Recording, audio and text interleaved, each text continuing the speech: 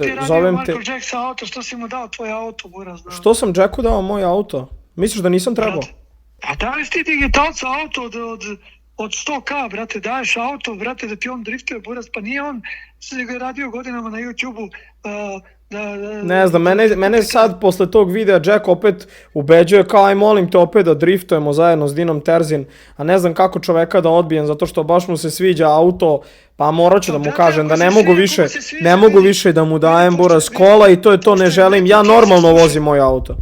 Stani, pošto je mleko u kesi, ako hoće da mu daš auto, neka krene da se puni, brate, u rčma, da ga napune sa mlekom. Ujebote, teške reči, Toni. I neka naplati pare, slušaj, pošto je mudo veliko, mnogo se mangupira, mnogo je on mudo, on se meni ruga. Ja se ne plašim nikog, pa ne da bi se plašio, buraz.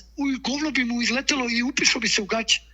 Šta mislite, chat, ko je jači? Jack ili Toni? Šta mislite ljudi, ko je jači? A kakav bre Jack, mleko koje je pokvareno, buraz, isteko rok, bre. A što misliš da se Marko Jack jebe u bulju, što to misliš, ne kontam? Pa da bi kupio sebi Mercedes i da driftuje svoje, a ne tuđu muku kad se neko borio i mučio na YouTube-u da zaradi za taj auto. Lako je tuđe uzeti, lomiti, bakatiti se i uništavati. Trebaš svoje da zaradiš pa da svoje uništavaš, a svoje nećeš, a tuđe hoćeš.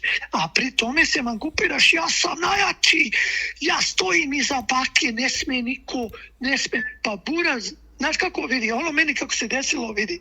Njemu da se desilo, on ne bi smeo da izađe na ulicu, ja idem na ulicu.